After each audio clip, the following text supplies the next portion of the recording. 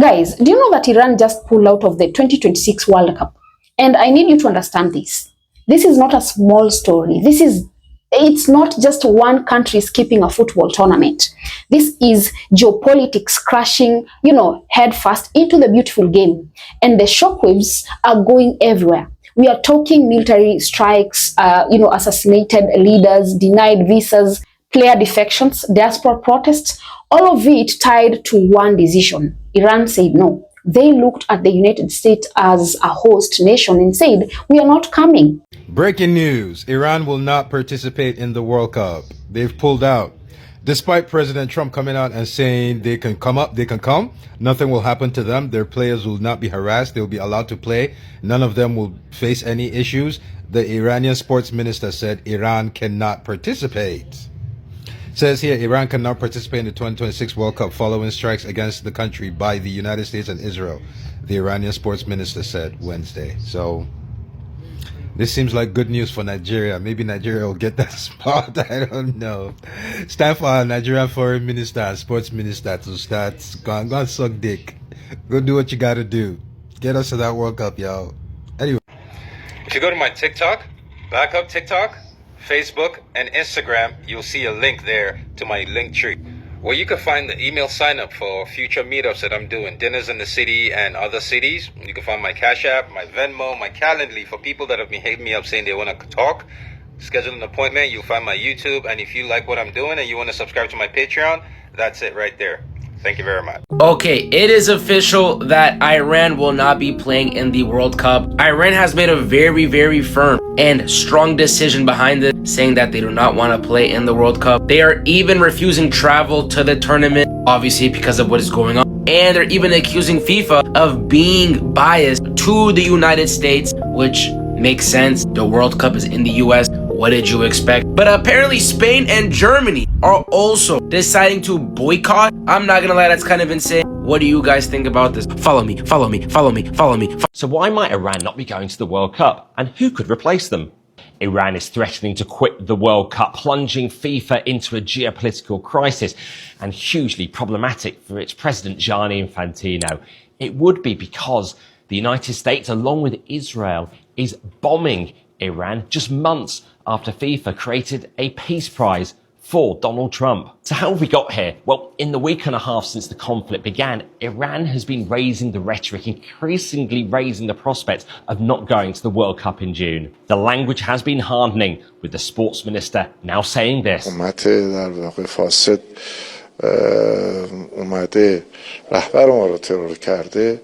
ما به هر صورت شرایط حضورم برای جام جهانی نداریم. That was just hours after Infantino was at the White House and received this assurance. He said, during discussions, President Trump reiterated that the Iranian team is, of course, welcome to compete in the tournament in the United States. But a week earlier, Trump had said he didn't care if Iran came. It was more welcoming language from the boss of US soccer, who told me this. Well, as I've shared, FIFA President Gianni Infantino shared over the weekend the intention of a safe and secure World Cup where all teams are participating, and, we're certainly very supportive of that. But Iran has linked their participation in the Men's World Cup to how members of the women's team have stayed in Australia after the Asian Cup. Iran's Football Federation chief said they had been taken hostage after Trump urged Australia to grant them asylum. Now, we know there are already issues with any Iranians going to the US. Trump's long-standing travel ban impacts fans, and the team delegation will have to be granted visa exemptions. Iran's group stage games are on the West Coast, where there is a big diaspora population. Could they mount anti-regime protests? And then it comes back to what's just happened at the Asian Cup. How will players react on the world stage? Will they sing the national anthem? Will they stay silent? Would they try to seek asylum? Would they be encouraged to do so by Trump? And then there's the sporting consequence of Iran withdrawing. They'd miss out about $10 million in prize money from FIFA. They could also face further punishments like being banned from the 2030 World Cup. And then there's who would take Iran's place. Surely it should be a team from Asia, and next in line based on qualifying would be Iraq or the United Arab Emirates. But there is no clear process in the regulations. Effectively, it could be for Gianni Infantino to decide whoever he wants to take Iran's place. And by being so closely associated with Donald Trump, it's very hard for Gianni Infantino to disentangle himself from the geopolitical tensions and a conflict that has spread across the Middle East, with repercussions impacting the World Cup. So it seems like we now know who will replace Iran in the World Cup 2026. The director of the Football Commission of Iran contacted FIFA and said that they cannot be expected to attend, which is completely understandable. However, who will replace him? And according to FIFA bylaws, there's three options. It could be the next runner-up, which in this case is UAE. It could just be the team eliminated and go from 48 to 47 teams, which would be chaotic because you got to reschedule the games and reorganize the groups, etc., etc. Or it could be a decision between whoever the two runner-ups, which in this case would be UAE and Iraq if they lose against Bolivia or Suriname. Right now, Iraq is in a wild card position, so they will place Bolivia or Suriname this month. And if they beat Bolivia or Suriname, then they qualify to the World Cup. If they lose Bolivia or Suriname, then they will come in front of FIFA. And basically, FIFA will choose between UAE and Iraq. In this case, UAE is the most likely one to replace Iran. So now we know for a fact that they are most likely not going to come, which is completely understandable. And they will be replaced by UAE. I'm Alex in my rant, and I'm out. Sports shouldn't be political. Politics shouldn't interfere with sports. But it does. Especially when those who are in leadership are making it that way.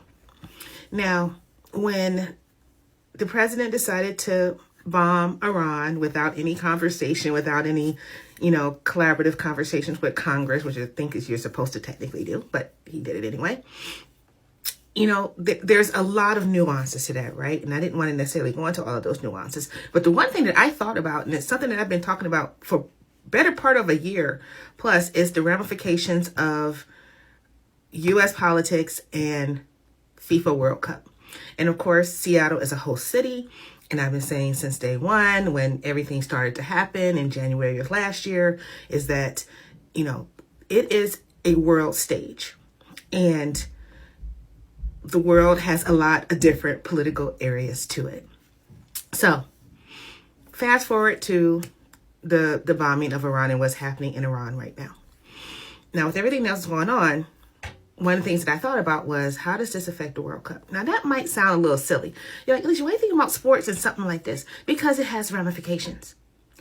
We already had a situation right now with Seattle hosting the Iran and Egypt game on Pride Day, Pride Weekend, and all the stuff that was coming from that. And that kind of made things political because we know that those are two countries that are not very friendly of LGBTQ+. And there we have with that. So there's always some maneuvering about how it was going to happen. I know I personally said, I think that's the weekend I am not going to be going down into Seattle because there's some crazy people out there right now. And so now the news has come out that Iran is saying that they're going to pull the team from the World Cup. And that has a direct impact to us here in Seattle. And there is a domino effect that happens with that as well. There are people and groups and organizations that are planning events. They're planning watch parties across the entire state, in different parts of greater Seattle even. And it impacts business. It impacts hospitality. It impacts everything. People who are, were looking forward to maybe Airbnb in their homes or, something like that so that they can make an extra income for people that are traveling in from other countries that are coming for, again, local bars and pubs and youth groups who are going to, be gathering in different places to, to watch the World Cup over the series of games, thinking about all the businesses that would be impacted along I-5 because we also have games that are happening in Vancouver. So that was going to be a big boon for businesses along I-5 in those smaller towns going through Snohomish County and Whatcom County. What we're going to do. So, yeah. This is going to be an interesting thing to watch. And as someone who's also on the Seattle Sports Commission, of course, this is the big thing that we're focused on right now. And we did a lot of work to get to do the bid to get, awarded to city. There's a lot going on. It's going to impact a lot of different people in a lot of different ways. But this is how it should understand or get people to want to understand that, nothing is exclusive of each other these days. And what we do on the world stage has significant impact. And so this decision today, should it hold, is going to be very significant immediately to Seattle, to us. But what happens everywhere else? I'm going to be following this for a while, and I'm hoping to be able to talk to a few people over the next few days to kind of see, as this plays out, what's the plan B? What's the plan C, if anything? And again, what is going to be that domino effect that if it impacts us, what other cities, what other teams could it possibly impact as well? So this is not just a little small thing like, oh, okay, if they don't play, they don't play. There's a domino effect. And I think it's going to be a very long one. And I think it's going to be one where a lot of unintended consequences is going to come from it. And we're going to have to figure out how to navigate it. Stay tuned. Iran will not be participating in the World Cup this summer. That's what the country's sports minister told state media on Wednesday. So this happened just hours after Gianni Infantino, the head of FIFA, revealed that President Trump had assured him that Iran would be welcomed at the tournament, which of course is the biggest sporting event to be hosted in the US in decades. In a social media post he made about the meeting, Infantino also thanked President Trump for his support, saying, and quote, that it shows once again that football unites the world. Iran's sports minister told state television that the country could not fathom taking part and, quote, considering this corrupt regime has assassinated our leader. And Mr. Donjamali also said, and quote, if any other country were to host a World Cup and did even 1,000 of what they did, the international community would definitely take action and take the hosting rights away from that country. According to the New York Times, half of the Iranian representatives that were supposed to go to Washington in December for their draw event had their visas denied. Now, technically, FIFA could sanction Iran if they officially withdraw. What are your thoughts? Let us know in the comments. Now, before we even go deeper, let me put this in proper context, because a lot of people are going to frame this as an Iran just being difficult. That is not the full picture. Think about what Iran was actually walking into. Their leader gets, unalived. The US and Israel have been running military operations against their country. Half of their delegation gets, denied visas just to attend the tournament draw in Washington, D.C. And then on top of that, every single one of their group stage games was scheduled for the West Coast. Los Angeles, Seattle, cities with some of the largest Iranian diaspora populations in the world. So you've got Iranian players stepping into a pitch in America surrounded by their own people who fled the regime. People who are going to, be chanting against their own government in the stands.